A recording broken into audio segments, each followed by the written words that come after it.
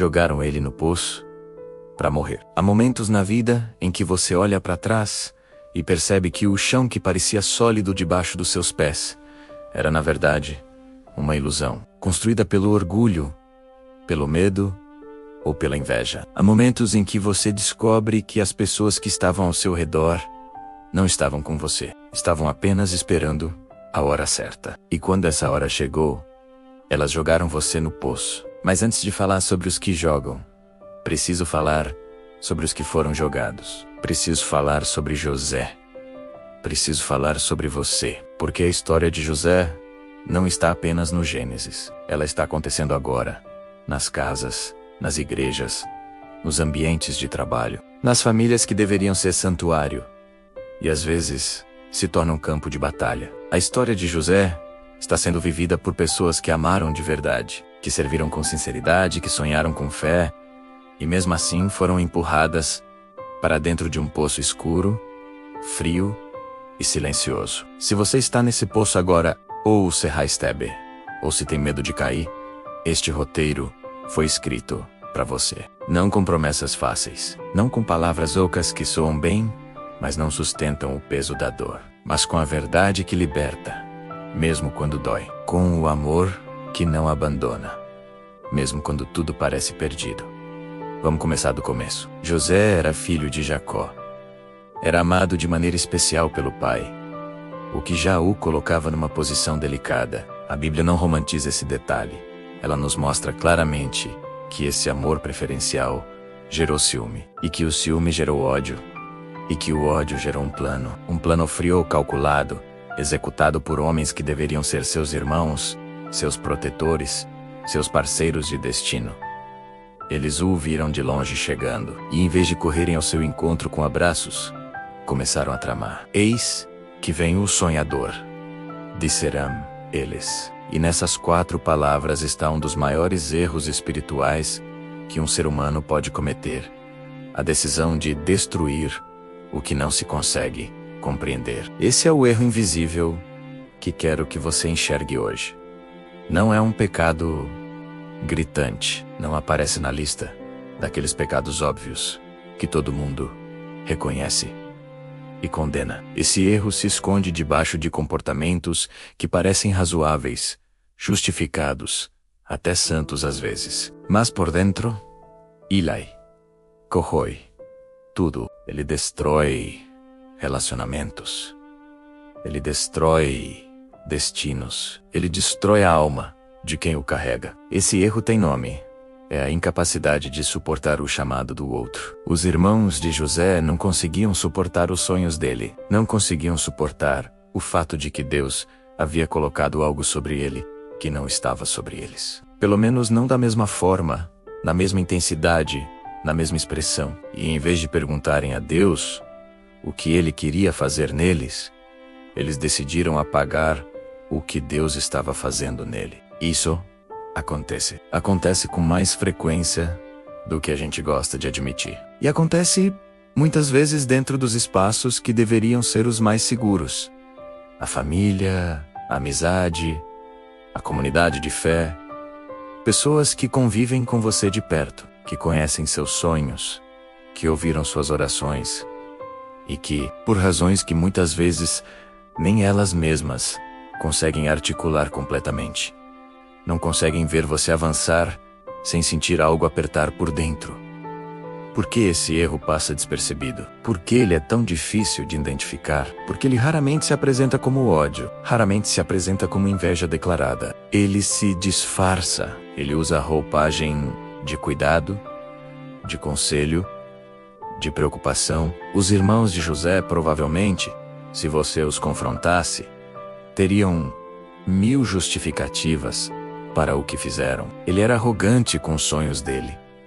Ele contou ao pai tudo que a gente fazia. Aquela túnica era uma provocação. O pai sempre o preferiu. Isso não era justo. E talvez alguns desses pontos tivessem uma pitada de verdade. A Bíblia não pinta José como perfeito. Ela nos mostra um jovem ainda sem filtro, ainda sem a maturidade que só o poço e o Egito e a prisão iriam forjar nele. Mas o fato de alguém ter falhas não justifica que você construa um poço para ele.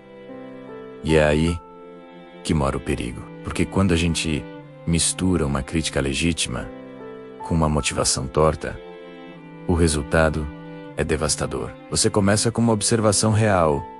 Ele realmente cometeu um erro aqui, e termina com uma decisão profundamente errada. Então vou destruí-lo. Esse raciocínio é sutil. Ele convence a mente. Ele até parece justo por alguns instantes, mas ele é contrário ao espírito do Evangelho, contrário ao amor que suporta, que crê, que espera, que perdura, contrário ao modelo de Cristo, que conhecendo todas as nossas falhas, ainda assim desceu do céu, ainda assim estendeu a mão, ainda assim sangrou por nós.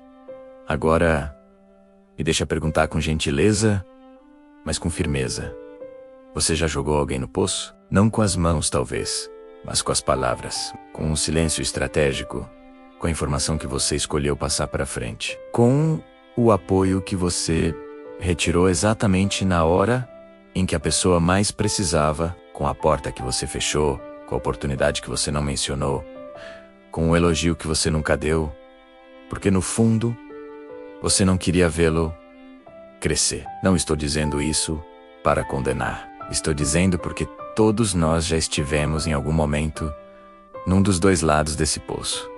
Todos nós já fomos jogados. E todos nós já jogamos. Isso é a condição humana, sem a graça de Deus atuando ativamente no nosso coração. E as consequências desse erro são profundas, tanto para quem é jogado, quanto para quem joga. Para quem é jogado, o poço deixa marcas que nem sempre aparecem de imediato. Às vezes a pessoa sai do poço, consegue seguir em frente, chega até o Egito, constrói uma nova vida, menos como José fez. Mas as marcas estão lá.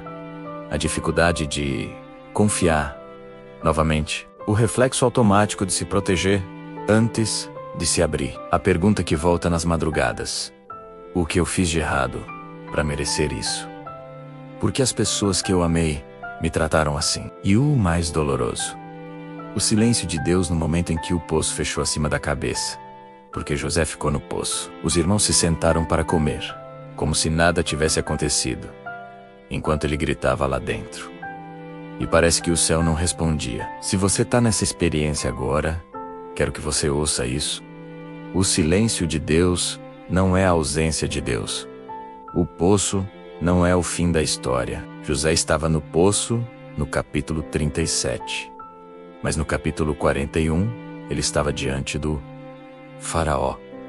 O que aconteceu entre esses dois momentos? Uma trajetória que nenhum de nós escolheria voluntariamente, mas uma trajetória que produziu em José uma profundidade de caráter, uma sabedoria de espírito, uma capacidade de liderança que jamais teria sido forjada no conforto da casa do pai. Isso não significa que o que fizeram com ele estava certo.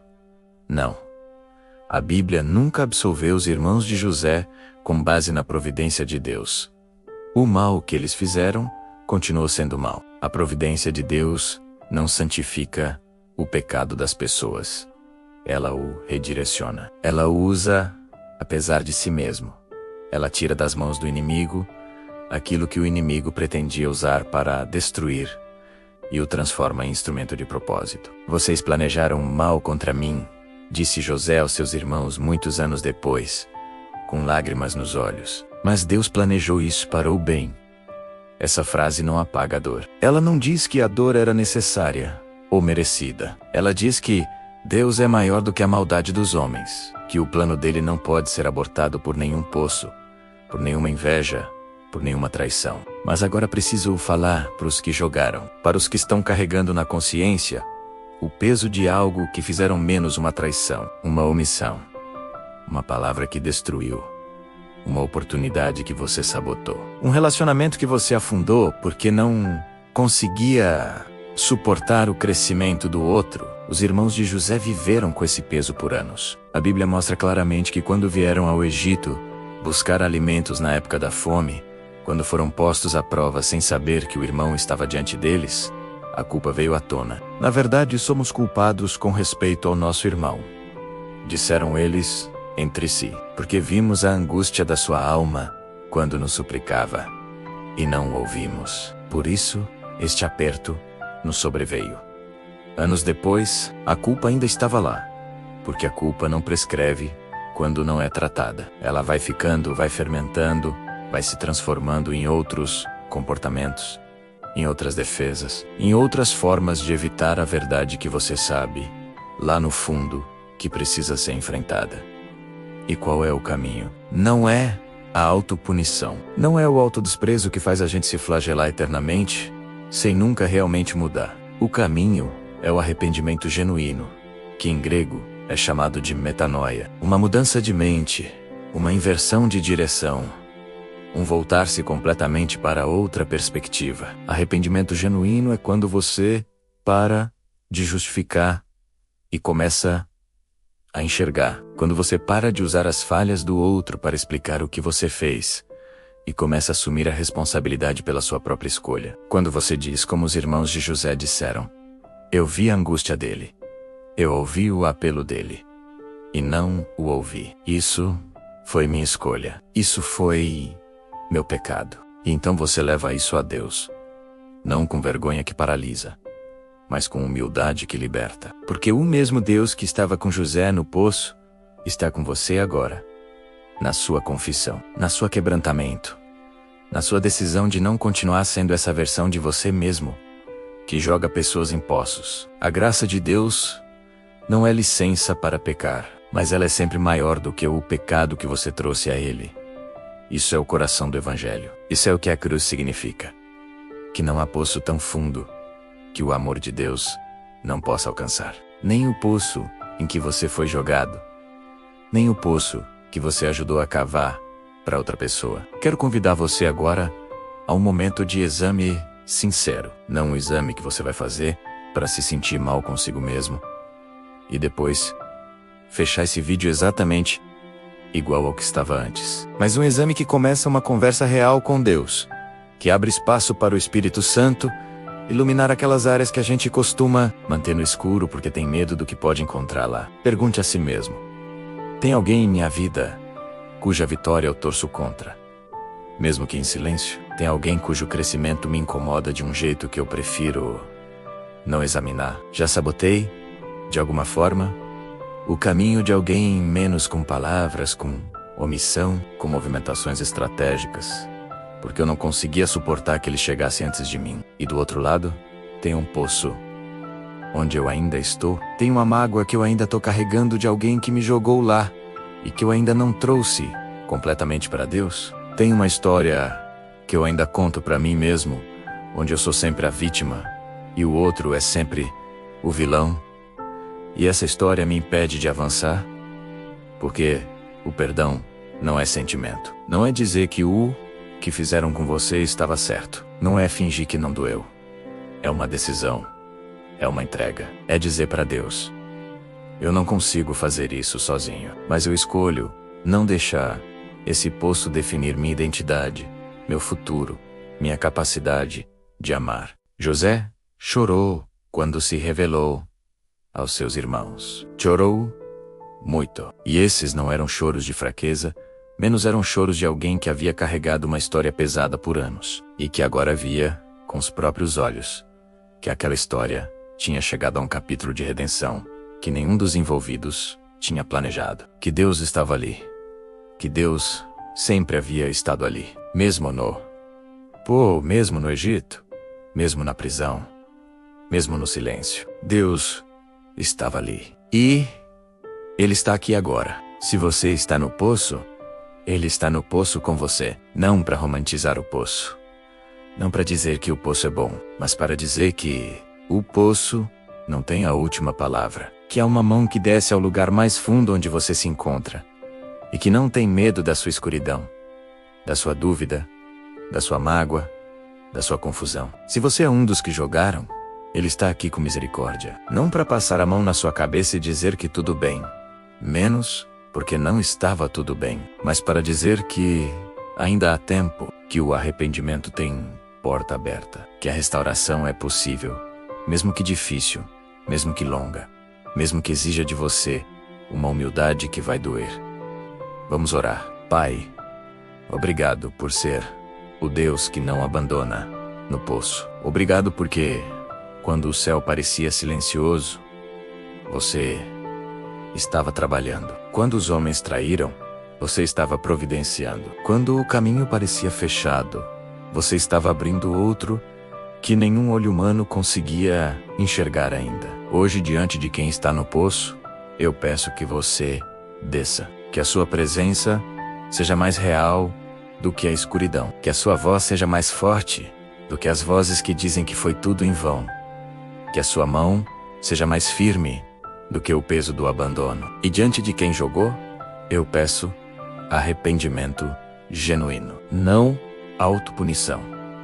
Não vergonha que paralisa, mas a metanoia que liberta menos a mudança de mente, a inversão de direção. O retorno para quem você foi feito para ser, antes que o ciúme, a inveja ou o medo distorcessem o seu olhar. Que cada um de nós saia diferente. Que essa história de José não seja apenas história, menos que seja espelho. Que seja convite, que seja encontro. Em nome de Jesus. Amém.